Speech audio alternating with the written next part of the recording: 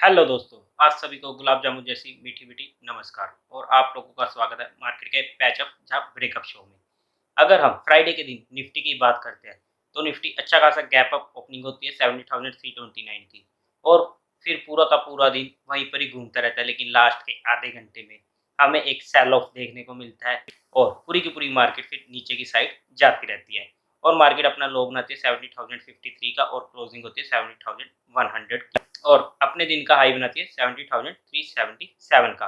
और हमने पिछली वीडियो में बात भी करी थी कि 70,400 का रेजिस्टेंस है, तो अब इसने 17,377 का हाई बनाया, मतलब रेजिस्टेंस के आसपास से ही मार्केट ने पलटा खाया है। इसके बाद अगर हम एफआईआईज और डीआईआईज की बात करें तो एफआईआईज ने फ्राइडे को फिर से 3600 करोड़ की सेलिंग करी है, जो कि एक बहुत बड़ी मेजर अमाउंट है, और डीआईआईज ने 3500 करोड़ की बाइंग करी है। नेट में फिगर इतना बड़ा नहीं है, ओके ओके है, तो घबराने की कोई दिक्कत नहीं है, लेकिन एफआईआई की सेलिंग जब तक नहीं रुकने वाली है तब तक दिक्कत रहने वाली है। बट फिर भी जब तक एफआईआई की सेलिंग नहीं रुकेगी मार्केट में वॉलेटिलिटी नहीं रुकेगी। अब अगर हम स्टॉक इन फोकस सेक्शन देखें, एक तो अब हम स्टॉक्स कुछ ज़्यादा डिस्कस कर नहीं रहे हैं, रीज़न कि मार्केट में वॉलेटिलिटी चल रही है, इतनी अपॉर्चुनिटीज़ नहीं है, मार्केट भी अब न्यूट्रल ट्रेंड में है। अब हमें अगर स्टॉक्स यूज़ करने भी होते हैं तो वो भी हमें छोटे टारगेट के लिए छोटे एसएल के साथ करने पड़ते हैं, इसलिए अभी ज़्यादा स्टॉक्स डिस्कस नहीं हो रहे। लेकिन जहाँ पर एक दो स्टॉक की बात करते हैं, सबसे पहला स्टॉक टीवी18 ब्रॉडकास्ट, इसको डिस्कस करने का रीज़न ब्रेक डाउन, इस स्टॉक में आया था ब्रेक डाउन। अब देखो, जैसे कि इसने थर्सडे के दिन कैंडल बनाई है, पूरी की पूरी रेड कैंडल बनी और नीचे की साइड वॉल्यूम बहुत ज़्यादा थे। अगर आपके पास ये स्टॉक था तो आपका स्टॉप लॉस हिट हो चुका है एज पर आवर रूल्स कि 8% से ज़्यादा एसएल हम किसी में नहीं लेंगे। अब अगले दिन भी इसमें कंटिन्यूसली हमें फॉल देखने को मिला है। अब अगर हम बात करें कि अगर हमें जहाँ पर बाउंस चाहिए, डू और डाई लेवल जो होते हैं, जब तक ये स्ट्रेंथ शो नहीं करेंगे तब तक तो हम इस स्टॉक्स में जाएंगे नहीं। बट फिर भी हम एक और डू और डाई लेवल की बात करें तो 44 से 50 की रेंज एक वो रेंज आ जाती है जहाँ पर ये कंसोलिडेट होगा। अब हमें अगर इसमें एंट्री बनानी है तो एटलीस्ट हमें 44 तक का वेट करना चाहिए। इसी के साथ एक अगला स्टॉक जिसने फ्राइडे के दिन दिया क्लियर कट ब्रेक डाउन, नाम है एक्सिस बैंक। अब अगर हम एक्सिस बैंक के चार्ट को देखें तो इसने भी पूरी की पूरी रेड कैंडल बनाई है और नीचे की साइड के वॉल्यूम आप देख सकते हो कि कैसे रहे हैं।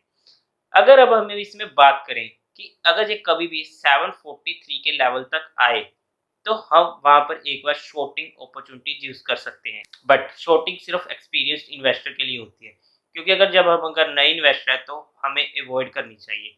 और शॉर्टिंग में हमारा स्ट्रिक्ट स्टॉप लॉस होता है 1% का और टारगेट ट्रेलिंग होनी स्टार्ट हो जाती है 2% के बाद, इनफैक्ट 1% के बाद। अगर हम इसमें एंट्री की बात करें, या तो ये हमें 743 के ऊपर की दो क्लोजिंग दे और उसमें वॉल्यूम अच्छे हो, या फिर अगर हम लो रिस्क एंट्री पॉइंट की बात करें तो एक बार अगर ये 650 की रेंज तक हमें कभी मिले तो वहां पर मैं एंट्री के बारे में सोचूंगा, वरना 743 के ऊपर की दो क्लोजिंग से पहले अब मैं इसको बाय करने के लिए नहीं जाऊंगा, क्योंकि अगर ये स्टॉक आपके पास था तो इसने भी आपका एसएल खा लिया है, क्योंकि न्यूट्रल ट्रेंड चल रहा है और हमारे पास सिर्फ स्विंग अपॉर्चुनिटी होती है और वहां पर हमारा स्टॉप लॉस होता है 2 से 3% का। थर्ड स्टॉक डेल्टा कोर, आप चार्ट चेकआउट कर सकते हैं कि चार्ट में स्ट्रेंथ नहीं रही है, लेकिन अब ये ना अपनी एक इम्पोर्टेंट स्पॉट के पास पहुंच रहा है, क्योंकि अब ये जब टूट रहा है ना तो इसमें वॉल्यूम्स इतने ज़्यादा नहीं आ रहे हैं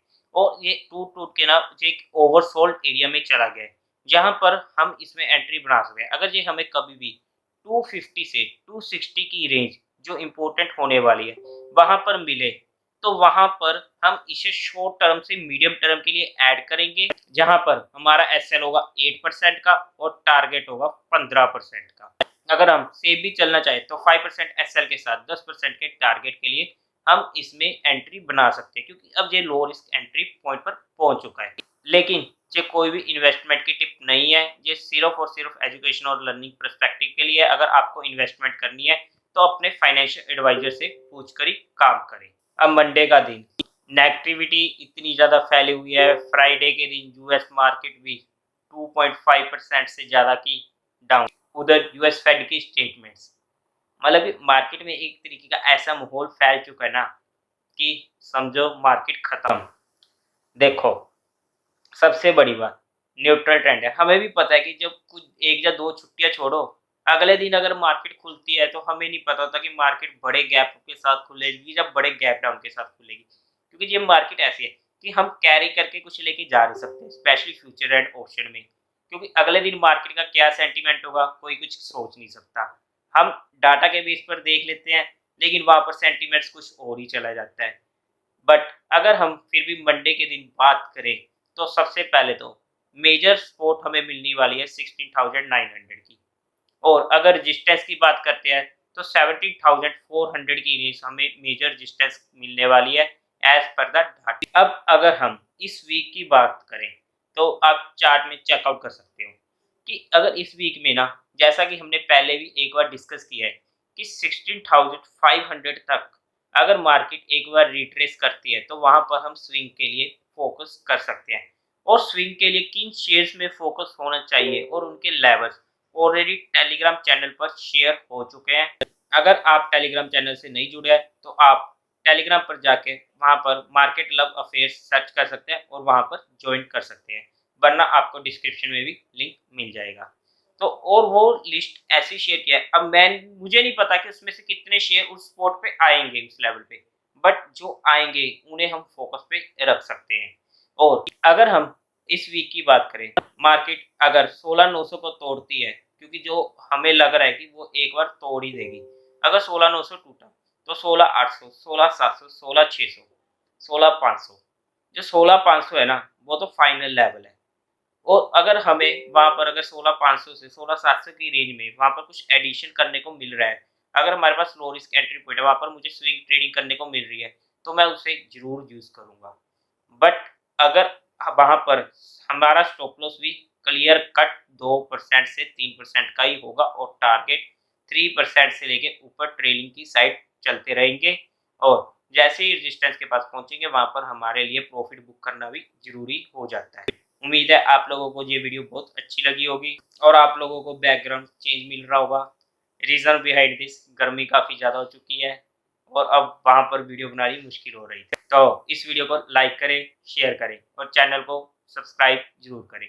थैंक यू वेरी मच।